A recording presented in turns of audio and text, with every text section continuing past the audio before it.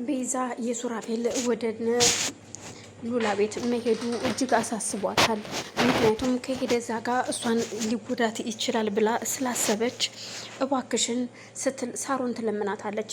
ሳሮንን ደዊና እባክሽን እንዲያቆም በር ላይ እንዲያስቆመው ሽብሩ ንገሪው ስትላት በአጋጣሚ ሽትና ሳሮንም ትደውልለታለች ለሽብሩ። ሽብሩም ስልኩን እንዳነሳ አንቺዬ ዩልሽ በህልሜ ሴትዮዋ ና ክፍሌ ብላኝ ይዛኝ ገብታ እያለ ስለ ህልሞቹ ያወራታል። እሷም ግራ ተጋብታ በህልሜ ነው በለኝ መቼም ስትል አዎ በህልሜ ነው እንጂ በውኔማ ከአንቺ ውጭ ወደ ውጭ ይላታል። እናም ደግሞ አንድ የቀይዳማ የሆነች ሴት እንደመጣችና እዛ ቤት በሰራተኝነት እንደተቀጠረች ይነግራታል። ማናት ስትለው ስሟን አላወኳትኝም ግን ሰራተኛ መታለች፣ ግን ባክሽ ላግኘሽ ይላታል። እሺ ለማንኛውም አረባክሽን ሳሮን ንገሪው ባክሽን ከመግባቱ በፊት ሱራፌል በር ላይ እንዲመልስ አድርጊው ትላታለች። በዛን አጋጣሚ ይውልክ ሽብሩ ሱራፌል ወደዛ ቤት መጥቷልና እባክን ከበር ላይ መልሰው ብላ ያፏን ሳጨርሰው በር ይንኳኳል። ሽብሩም ወደ በሩ ሲሄድ በአጋጣሚ በር ላይ ያገኘዋል። እሱም በንዴት በሩን ይከፍትና ምንድነው ማነህ ሲል ሽብሩ እሳት ለብሶ እሳት ጎርሶ የመጣውን ሱራፌልን ለመያዝ በአንድ እጁ ስልክ በአንድ እጁ ዱላ ይዞ ስለነበር ስልኩን አትዝጋው እያለችው እሷንም ሳያዳምጣት ስልኩን ዘግቶ ወደ ኪሱ ይከትና ከሱራፌል ጋር ግብ ይገጥማል። እናም ወይዘሮ ዘርፌም ወታ ምን ልትሰራ መጣህ አንተ እዚህ ቤት ምን አለህ ስትል ትጅም ከጀርባ ትመጣለች። አንቺ ደግሞ ቆይ ለምንድን ነው እዚህ የመጣሽው? ለነገሩ ሁላችሁንም አልፈልጋችሁም ሲል ሱራፌል ይናገራል። ቆይ እኔ የምለው ምን ልትሰራ ነው የመጣኸው ወደዚህ ትለዋለች። እኮ እኔን ሁላችሁንም ግን እመኑኝ አጠፋችኋለሁ ሲል ይዝትባታል። እናም ግራ ተጋብቶ ስለነበረ ሱራፌል ጋር እና ሽብሩ ግብ በገጠሙበት ሰዓት እባክህን ሽብሩ አስወጣልኝ ከግቢ ስትል ወይዘሮ ዝርፌ ትናገራለች። እሱም በፍጹም አለቅሽም እባክህ ልቀቀኝ ሽብሩ ሲለው ሽብሩም እንደምንም ብሎ አንጠልጥሎ ተሸክሞ ወደ ውጭ ዞት ይሄዳል።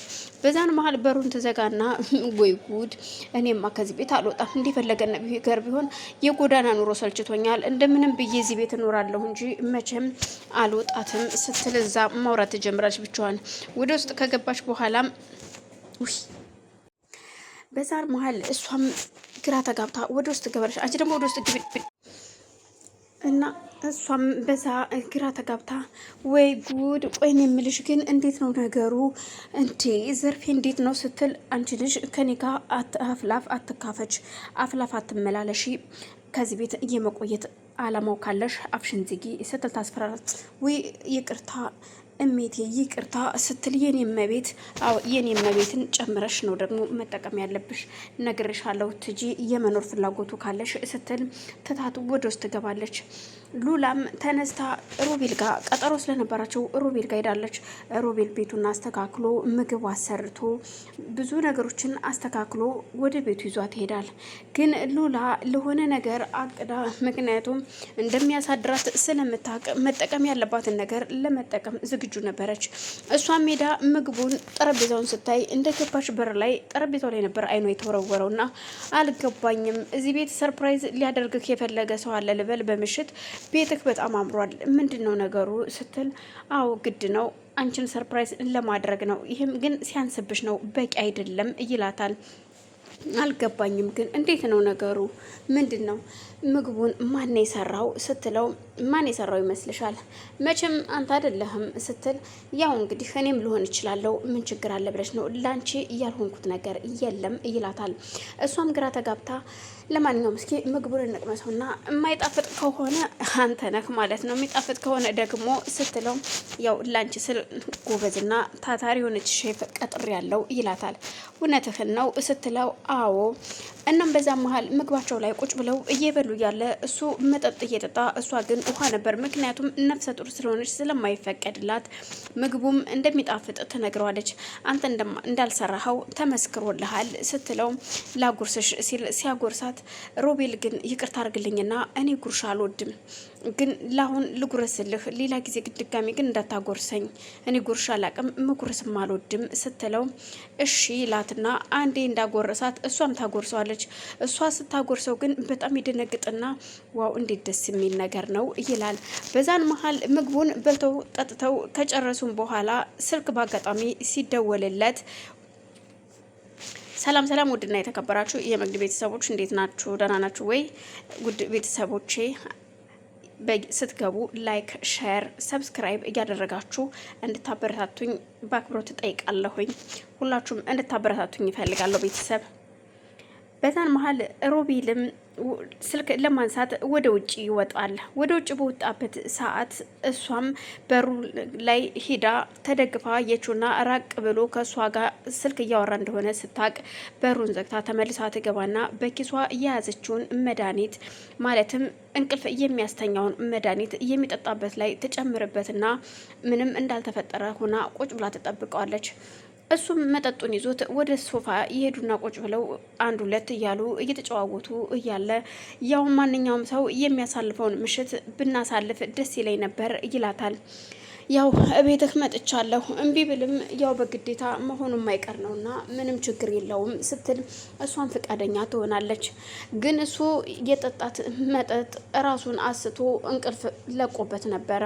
ወደ መኝታ ቤት ለመሄድ እንኳን ራሱን ችሎ አልነበረም የሄደው፣ እየደገፈችው ነበር ወደ መኝታ ቤት ሄደው። እናም ተደግፎ ወስዳው መኝታ ቤት ካስገባችው ከተኛ በኋላም እሷም ስራዋን እንደሰራች ስለምታውቅ በጣም ከእንቅልፉ ሲነቃ በጣም ደንግጦ ነበር። አክስቷ ግን በተደጋጋሚ ስልኳን እየደወለች ነበረ። ቤዛም ሉላም ስልኳን አላነሳችላትም። አክስት ግን በተደጋጋሚ እሷም ስልክ ላይ ሆነ ሮቤል ስልክ ላይ እየደወለች ነበር። ሮቤልም ስልኩን ስላልሰማው አላነሳም፣ ሉላም አላነሳችላትም። እና መንጋቱ አይቀርም ሲነጋ ሲያይ ራሱን አልጋ ላይ ያገኘዋል። እሷም ካጠገቡ ቁጭ ብላ ነበረ። ቆይ ግን አልገባኝም ማታ ምንድን የተፈጠረው ሲላት እኔ አላቅም ሮቤል፣ ምክንያቱም የሆነ ጥሩ አዳር እናሳልፍ ስትለኝ እሺ ብዬ ነበር፣ ግን ራስህን ስተህ ነበረ አላቅም፣ ምናልባት መጠጥ ጨማምረ ጠጥተህ የሆነ ስትለው አይ በፍጹም አይደለም፣ እኔ ከዚህ በላይ ብዙ መጠጥ አውቃለሁኝ፣ ዛሬ የተለየ መጠጥ አይደለም፣ ግን ምንድን ነው የተፈጠረው ሲላት ይቅርታ ምንም ሳላደርግ ተኝቼ በማደሬ ይቅርታ አድርጊልኝ ሲላት በፍጹም እኔ አልቀየምህም ሮቤል፣ ምንም ችግር የለውም፣ ያጋጥማል አንዳንድ ጊዜ፣ ምናልባት መጠጥ አብዝተህ ጠጥተህ ሊሆን ይችላል ስትለው እንደዛ ነው ብለሽ ነው? አላቅም፣ እኔ እንደ ዛሬ ሁኜ አላቅም፣ ብዙ መጠጥም ጠጥቼ አውቃለሁ፣ ቀላቅዬም ጠጥቼ አውቃለሁ፣ እንደዚህ ሁኜ ግን አላቅም ይላታል። በቃ አሁን እኮ ምንም ችግር የለውም ሮቤል፣ እኔ ምንም የተቀየምኩህ ነገር የለውም፣ ምንም ችግር የለውም፣ ነገስ የኛ ቀን አይደለም፣ ዛሬ ብቻ እኮ አይደለም እኔ እናንተ አብረን ማደር ያለብን፣ ሌላም ጊዜ ይቀጥላል ከዚህ በኋላ፣ ይልቁንስ ቶሎ አግባኝና ወደ ቤት ካስገባኝ ትለዋለች። እሱም ግራ ተጋብቶ አክስትሽ ግን አልደወለችም ሲል ደውላለች ደጋግማ፣ ግን እኔ ያላነሳሁላትም ስትለው እኔ ጋም ደውላ ይሆን እንዴ ሲል ስልኩን ሲያይ በጣም ብዙ ጊዜ ሚስኮል እንዳደረገችና ሚስኮልን ያህል አዎ ደውላ ነበር ሲል ለምን ደውለሽ ታዲያ እንዳደርሻት ነግሪያትም ይላታል።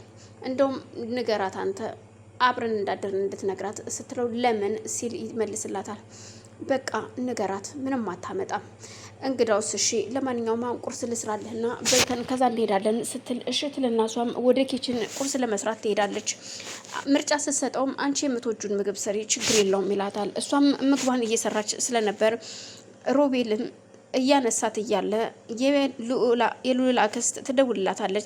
ትደውልለትና አቤት እንዴት አደርሽ እንዴት ነሽ ዘርፌ ሲላት እኔ ምለው ሉሊት የት ነው ያደረችው?